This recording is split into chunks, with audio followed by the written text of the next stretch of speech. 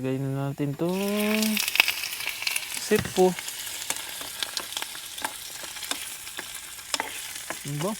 Bango agad ah. So sadyang di ko tinanggal yung yung tinta.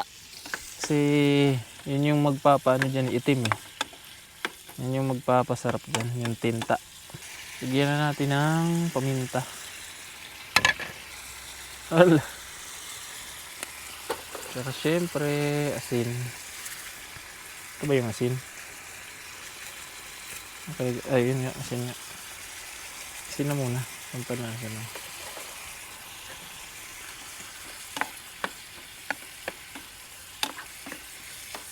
Yun.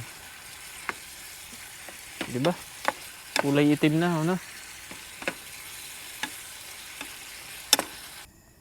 Mukhang maluluto na. Yun, kumunti na. Lumiit sila.